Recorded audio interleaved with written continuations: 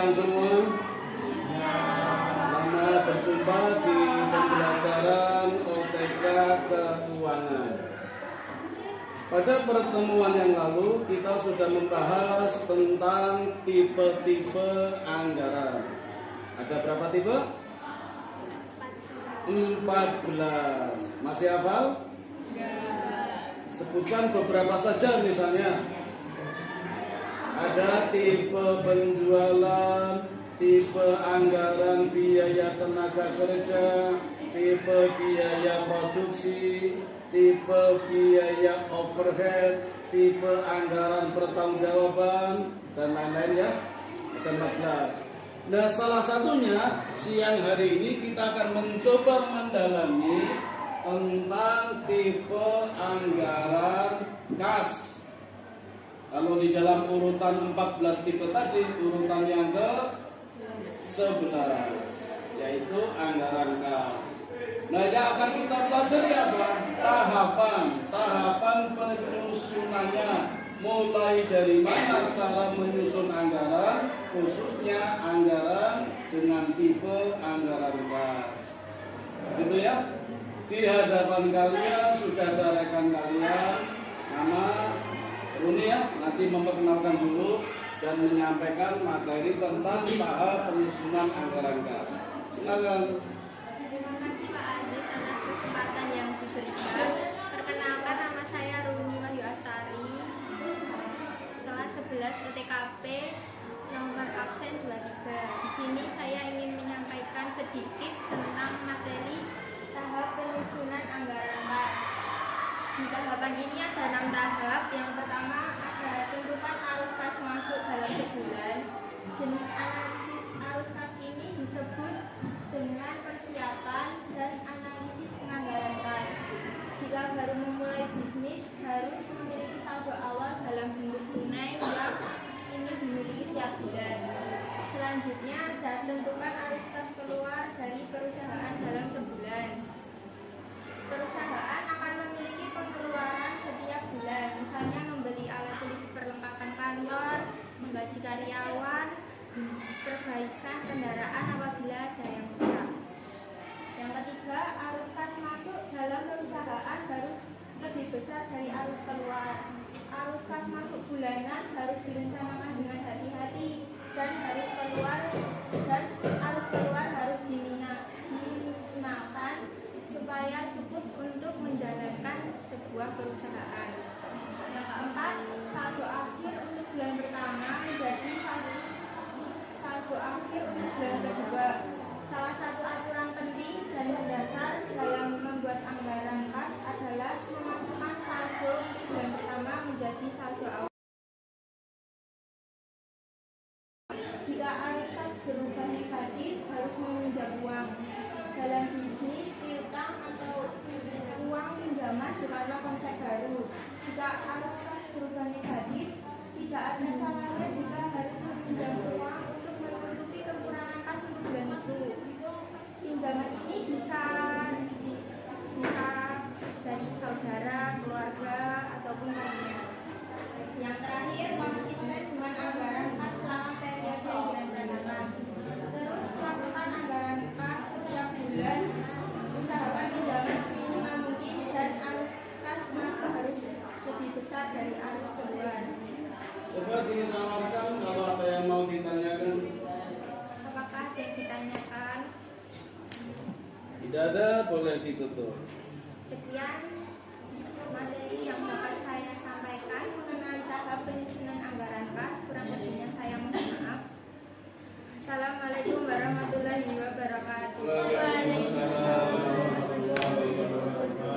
Terima kasih Runi sudah menyampaikan materinya tentang tahapan penyusunan anggaran kas. Ada berapa tahapan tadi? Ada 6. Kalau tahapan itu harus urut tidak? Ya. Harus urut ya. Setahun. Kalau periodisasinya setahunan, kan tergantung banyak tidak. Ada yang harian, ada. Ini cuma contoh saja. dalam sebulan harus menentukan arus kas masuknya besarnya berapa, dari mana, sumbernya, begitu ya? Halo? Harus dianggarkan itu. Coba Mbak Safira saya mau nanya, sehari, berarti kalau sebulan berapa? 10 hari? Misalnya 20 hari kira-kira lah. Nah dari situ Safira atau yang lain sudah bisa menganggarkan dalam 1 bulan kira-kira punya uang berapa itu sudah bisa direncanakan, sudah bisa dianggarkan. Kalau sebulan punya uang 250.000, kira-kira setahun berapa? 10 bulan misalnya sudah 2.500.000 setahun. Kalau sekolah di sini 3 tahun kira-kira sudah punya uang berapa? 7,5 juta. Kalau uang itu tidak dipakai, disimpan terus. Sayangnya dipakai buat jajan, beli peralatan sekolah, beli pulsa, bayar transport, bayar temennya. Apalagi besok kalian KI kemana? Bali. Paling enggak biayanya berapa? Harus nabung berapa? Nah itu bisa dianggarkan mulai dari sekarang. Nah itu termasuk bagian dari anggaran kas. Tahap yang pertama menentukan arus kas masuk, cash inflow. Jadi arus kas masuknya itu nggak cuma jumlahnya berapa, ya Ruli ya, tapi juga sumbernya dari mana. Mbak Safira sumbernya dari ayah apa ibu? Dari ayah. Apa dua-duanya? Dua-duanya. Dua-duanya. Itu yang tadi 12.000 dari ayah apa ibu? Dari ibu. Ayah belum ya? Nah kalau bisa dari ayah dapat dua-duanya itu. Ada kakak enggak? Nggak punya kakak? Nggak minta dibuatin kakak? Dari Simba dapat enggak? Dari paman ada enggak? Dari pasar ada enggak? Nah, kalau semakin banyak channel, semakin banyak masukan. Tapi biasanya nanti ya, jadi ketika bicara tentang arus kas masuk, Mbak Uni dan yang lain, itu menganggarkan tidak cuma jumlahnya saja, tapi sumbernya dari mana, sumber pemasukannya. Kalau kita bicara agama, nanti hisabnya 2 itu. Sumbernya dari mana, digunakan untuk apa. Itulah yang namanya uang atau harta. You know? Ya. Tapi yang kedua, Runi tadi sudah menjelaskan menentukan arus kas keluar. Ini tahap selanjutnya. Kalau tadi membahas masuknya, sekarang keluarnya, cash outflow. Tadi cash inflow, sekarang cash outflow. Keluarnya buat apa? Ada prinsip. Prinsipnya apa ini? Prinsipnya seperti yang dikenal dalam peribahasa. Jangan sampai besar pasak daripada tiang. Jangan sampai pengeluarannya lebih besar daripada pemasukan. Saya kira udah tahu semua. Kira-kira apa resikonya kalau pengeluarannya lebih besar daripada pemasukannya? Udah tahu semua ya. Nomor besar pengeluaran, nomor besar utang, nomor besar resiko. Ya. Selesai tahap ketiga. Nah ini arus masuk harus lebih besar dari arus keluar. Jangan sampai sebaliknya. Ini tahapan berikutnya. Ya ada prinsipnya. Maka perlu direncanakan dengan hati-hati. At-ta'ani minallah wal ajalatu minas syaitan. Perbuatan hati-hati, ini bukan doa kok, amin.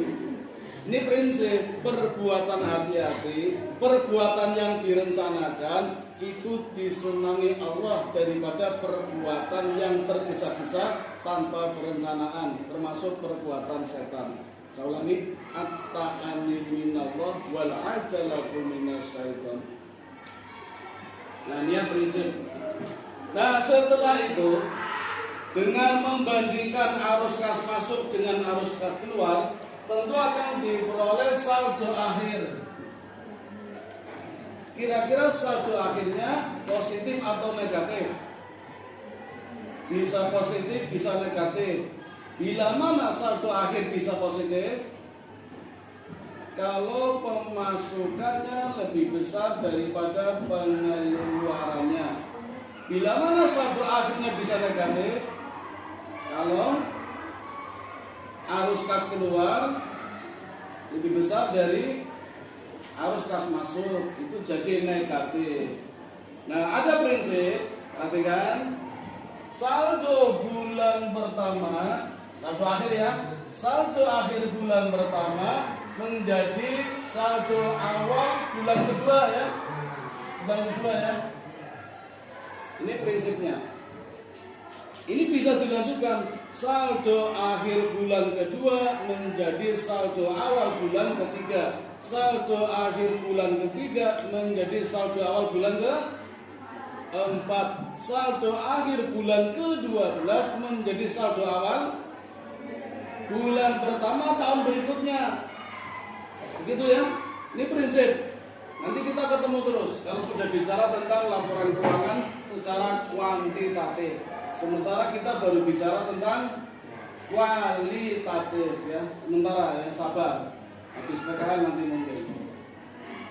Lanjut, tahap yang kelima, jika arus kas berubah negatif. Nah, ini kalau terjadi negatif ini ya. Kalau tidak salah di sini ditawarkan harus meminjam uang. Meminjam uang. Harus, mohon maaf ya. Boleh nggak saya berpendapat? Saya berpendapat tidak harus. Atau ada dua cara. Ya, berarti ada dua cara. Ini kan baru satu. Meminjam, tidak meminjam.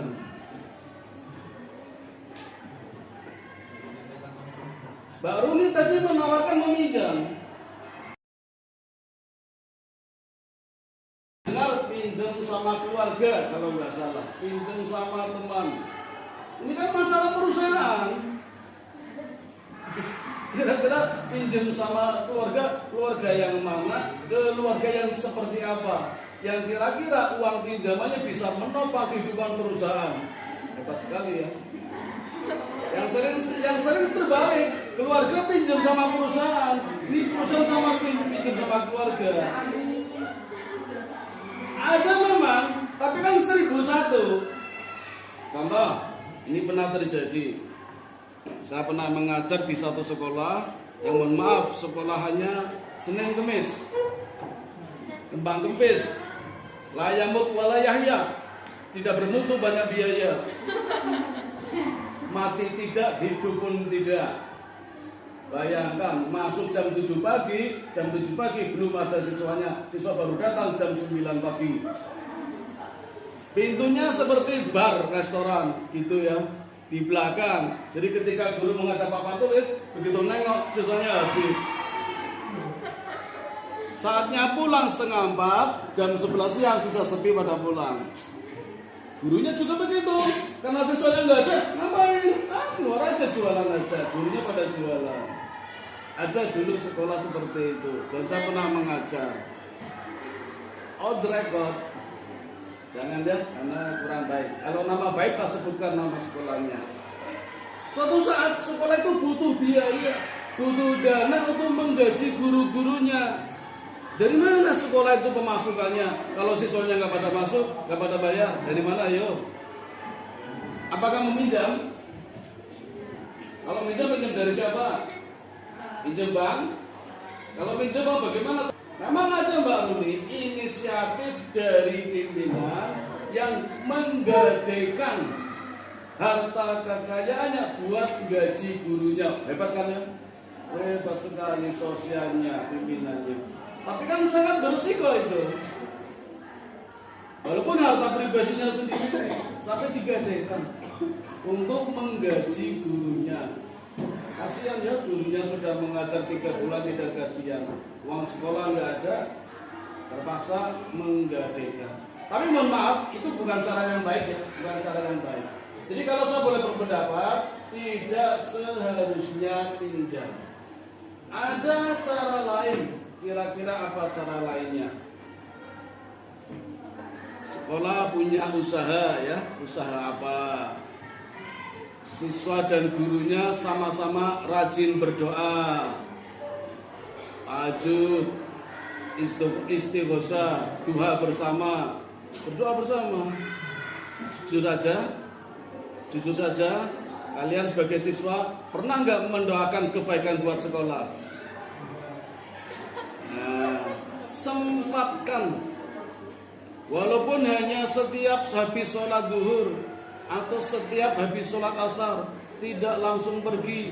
Begitu salam kanan kiri, astagfirullah ya Allah, berikanlah kebaikan pada sekolah kami, karena di dalam sekolah kami ada kami ya Allah, ada saya ya Allah, sang siswa, berikan sekolah kami berkualitas. Belum pernah ya? Nah, nanti dicoba sholat zuhur mendoakan sekolah kalian. Berat ya? Kan buat kalian sendiri. Udahlah, nggak usah mendoakan saya, nggak apa-apa. Syukur-syukur mendoakan saya. Kalian juga saya doakan kok. Nggak terasa ya kalau saya doakan. Nanti itu, selamat pagi, assalamualaikum. Itu doa saya. Apa artinya? Semoga keselamatan terlimpah atasmu, wahai anak-anak. Kita doakan kalian. Jadi kalau pagi ketemu saya, mohon maaf ya, kalau saya ganti saja ya, jangan selamat pagi. Assalamualaikum. Nah, doa itu nanti kita doakan lagi. Dengan cara ini, insya Allah Mbak Nuri dan lain-lain rezeki akan mengalir, tidak harus pinjam. Dan bagaimana cara mengalirkan rezeki biar lancar? Simak saja video-video saya. Saatnya jam 6 dimulai. Saya tidak memaksa. Ada di antara kalian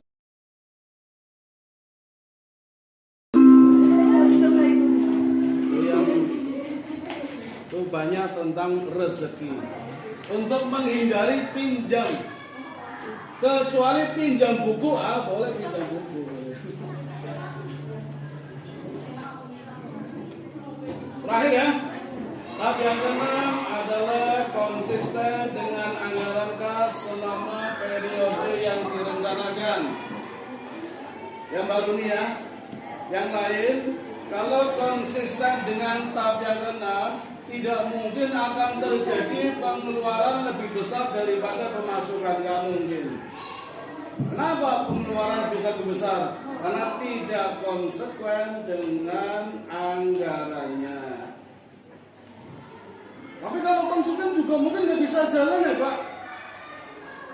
Misalnya anggarannya cuma 500, ternyata ada kegiatan mendadak, sekolah harus sewa drum band, sewanya 1 juta, uang dari mana Pak? Nah itu silakan ya dirembuk, direncanakan, siapa tahu ada ide-ide cemerlang itu. Yang penting prinsipnya ini. Nah, inilah beberapa tahapan yang tadi disampaikan oleh Mbak Runi. Oke, sampai di sini ada pertanyaan? Tidak ada, terima kasih.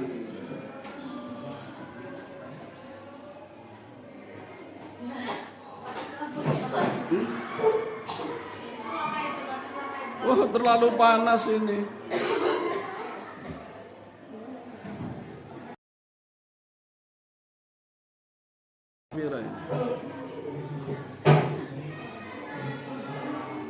Oh, paketannya habis.